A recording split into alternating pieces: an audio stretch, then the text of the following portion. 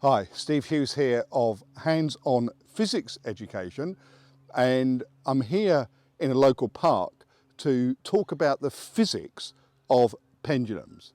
So here we've got two pendulums, otherwise known as a swing, and so basically there's like two pendulums, and we've got this mass actually connecting the two pendulums together, and the same on this side. Now, one thing to notice is that the two swings, the length of the chains is about the same. Now, with a pendulum, the period, that's the time to go from one, say from here across, swinging and then back again. The period is dependent on the square root of the length of the pendulum divided by the strength of gravity, or the acceleration due to gravity. Now, because these are about the same length, so let's see what happens if I pull them like this and we go like that. You'll notice that they are swinging at about the same period.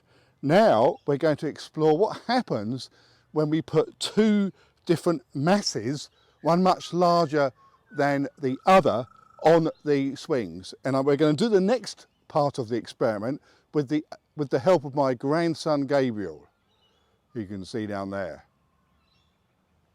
So I'm now going to swing Gabriel. So there we are, let's swing. And I'm going to swing as well, okay? So notice that we are swinging together, which means the period of the pendulums that we're on, the double pendulums, is the same. And so it's quite clear from this that the mass does not affect the period of a pendulum, I see. So I'm much more massive than Gabriel, and yet that's the case. Now, another thing we can do, Gabriel's now, his amplitude is quite small, and I'm going to have a much larger amplitude. But notice, although my amplitude is much larger, we're still going at the same frequency. And with a pendulum, the period is fairly stable if the length of the pendulum, or the swing, the amplitude, is fairly small, say less than 15 degrees.